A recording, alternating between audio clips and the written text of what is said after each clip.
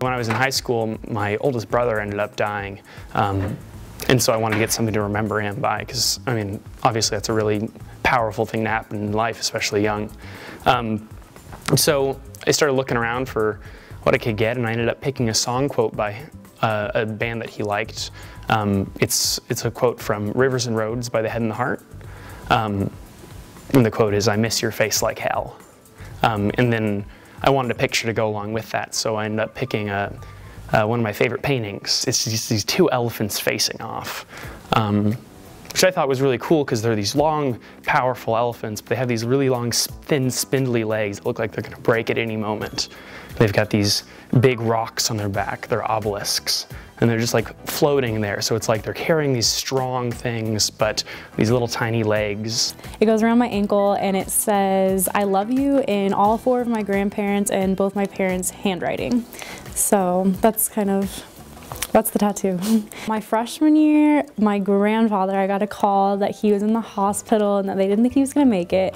So I was rushed home and he's fine now, like he made it through. But I had this moment of like, what am I gonna have when my grandparents and my parents are gone? They all mean so much to me.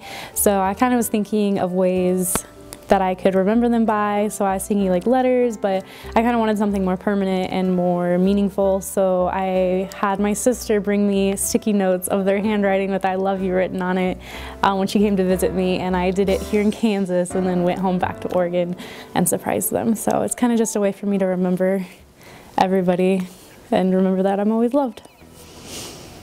I broke my collarbone in 2011 when I was living in Alaska. And then fast forward to last summer, I was an au pair in New Zealand. And I've always thought that the scar was pretty ugly. And one of my friends that I met in New Zealand, she was like, "I want to get a tattoo." And on the same day, we both decided we wanted a silver fern, which is like, it's pretty big in New Zealand. It's all over, it's a plant. And it's on all the logos and stuff, and there's a legend behind it that the Maori people of New Zealand, which are the native population there, whenever they would go on hunting back in the old days, they would lay silver fern leaves across the path to, whenever the wind would blow them, they would leave a little silver dust. And so that's how they found their way back home. And so we both got silver fern tattoos, and I got mine to cover my scar. Well, I have two. I have one on my shoulder and one right here. The one on my shoulder is a quote that my grandpa always said when things got rough, you know. And then after he died, it kind of kept me on the straight and narrow. And I got it on my shoulder because, I don't know, I felt like he was always like looking over me. And so that's kind of where that one stems from. And then my flower, I kind of got my flower just to be rebellious and just get a tattoo, and little did I know that it would end up meaning so much to me.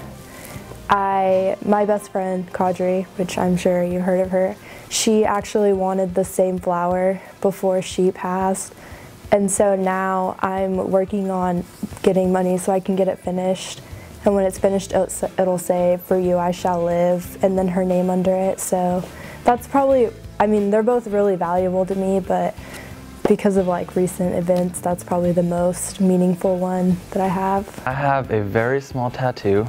It's here on my right wrist. It is unique in the sense that I wasn't planning on getting a tattoo. I was 8 years old when I got it. It is one that my mom has and my sister has as well. My mom's from Egypt, and in Egypt the minority religion is Christianity. And so the majority is Muslim.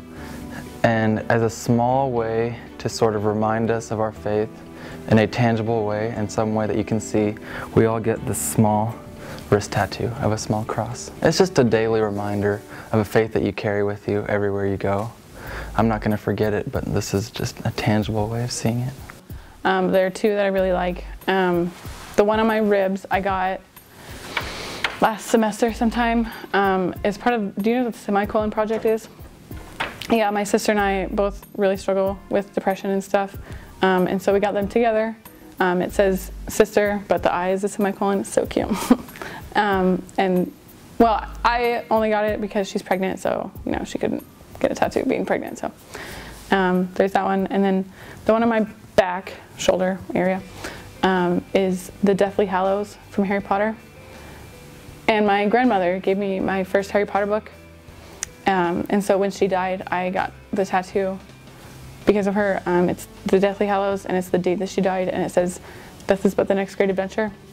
So it's not like, oh, she's not really gone, she's just on her own next adventure. So what I have is a giant map right here. It's the world of the map and all that, and it basically, why I got it is because I'm from California, ventured out to Kansas. I was headed to Arizona, and I had to accept it into ASU and all that, and then the football coaches called me here, and then a day later I'm headed out to Kansas, and I'm always exploring. I plan to, once I graduate, I plan to go to South America, and then maybe over to see my family in the Philippines and all that, and it just reminds me to be me.